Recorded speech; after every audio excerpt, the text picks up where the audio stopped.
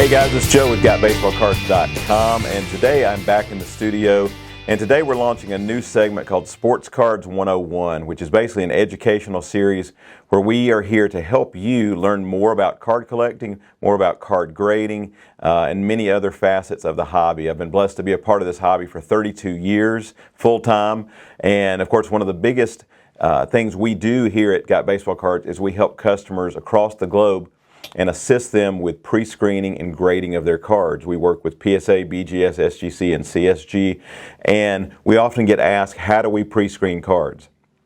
What tools do we use?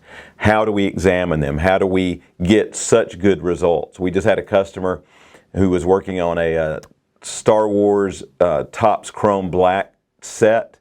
He sent in 31 cards. He got back 31 PSA 10s. We'll share a video of that later.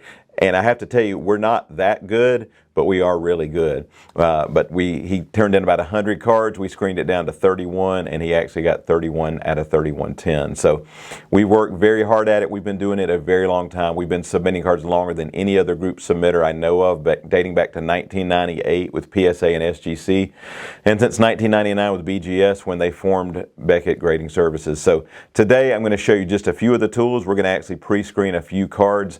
First of all, lighting is critical. We use multiple types of lighting.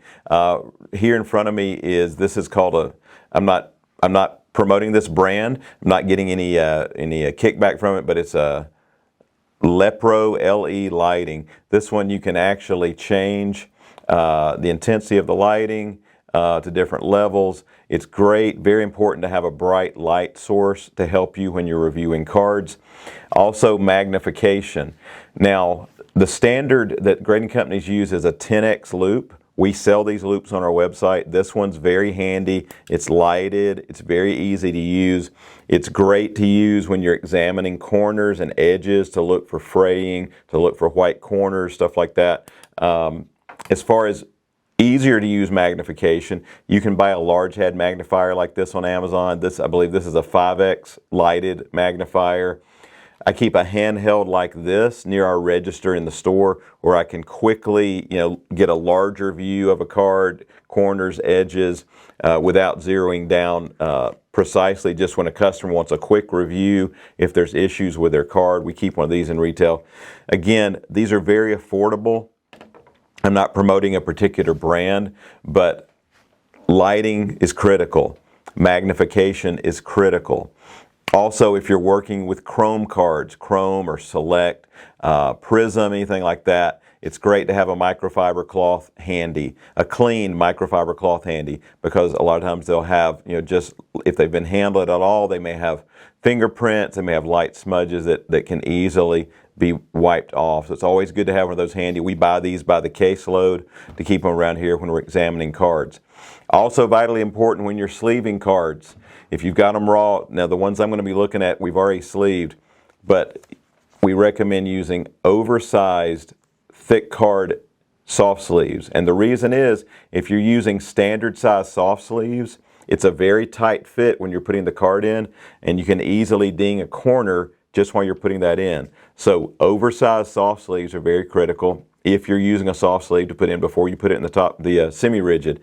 And then finally, the semi-rigids. These are the oversized. Cardboard Gold produces these. Are called Card Saver One Size. These are called Beckett Shields, the ones I have in my hand. We love this particular brand. They have a very wide opening that makes it very easy for the graders to pull the cards in and out when they're grading. This is what any of the grading companies recommend. They want you to use these, not top loads. They want you to send these in semi-rigids. We sell those on our website as well to make it easy. But again, lighting's critical, magnification's critical. Having the right sleeves to use after you've examined the card is critical. Having something to clean off fingerprints is critical. Also, if you're working on vintage cards, I just learned this trick from Andy Broom, who's the head grader, one of the head graders at CSG. He was doing a seminar back at the Mint Collective. We had a LED purple light here to examine for alteration on vintage cards, a UV, not LED, a UV light. You can actually buy these handheld. You can buy them probably eBay and Amazon. It's a handheld purple UV light. And what you can use this for is you can examine edges on vintage cards to see if they've been altered. You can, we have a much larger one here we use, but these are great to check out edges to look for recoloration. Now, it doesn't work with black on black like on a 71 Topps, but back in the day, a lot of people don't know this, back in the day, you could actually buy the finishing coat that Topps used back in the 50s, and it was available on the market, and unscrupulous collectors, dealers would buy that and use it to touch up vintage cards. And I learned that the hard way one time, years ago, when one of the nicest Clemente rookies I thought I had ever owned, I took it for grading, and one of the grading companies showed me that it had been recolored when they put it under a purple light, and the border just lit up and you could see the difference in the finish on the top of the card. So these are if you're a vintage guy, vintage gal, UV, purple lighting are great handheld. These are like 10 bucks, and you can use these on your vintage cards. So again, magnification, lighting, sleeves. So in closing, I hope that some of these ideas, tips, and tricks that I've provided for you will be very helpful. Again, for a $100 budget, you can buy lighting, you can buy magnification, you can buy microfiber cloths, different things that you need to help you examine cards like a pro. We've been doing it for over 25 years, but these are the tools. It's very simple. You don't have to spend thousands of dollars on equipment.